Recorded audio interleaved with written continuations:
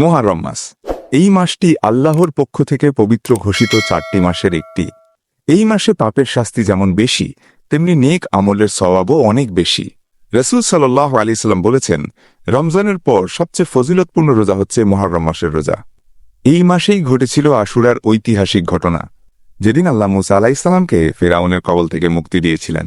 তাই রাসূল সাল্লাল্লাহু আলাইহি ওয়াসাল্লাম আশুরার দিন রোজা রাখতেন এবং মুসলমানদেরও রোজা রাখার জন্য উৎসাহ দিতেন। মুহররম মাসের এই পবিত্র সময়টাকে যেন সবাই আল্লাহর সন্তুষ্টির জন্য কাজে লাগায়। তাওবা করা হোক, নামাজ প্রতিষ্ঠিত হোক, আর আল্লাহর দিকে ফিরে আসা হোক এই মাসের সবচেয়ে বড় অর্জন। হে আল্লাহ, আমাদের সবাইকে এই মাসের গুরুত্ব বুঝে আমল করার তৌফিক দান করুন। দয়া করে কমেন্টে আমিন লিখে দোয়ায় শরীক হন, আর নিয়মিত ইসলামিক বিষয় সম্পর্কে জানতে আমাদের সাথেই থাকুন এবং লাইক ও সাবস্ক্রাইব করে উৎসাহিত করুন।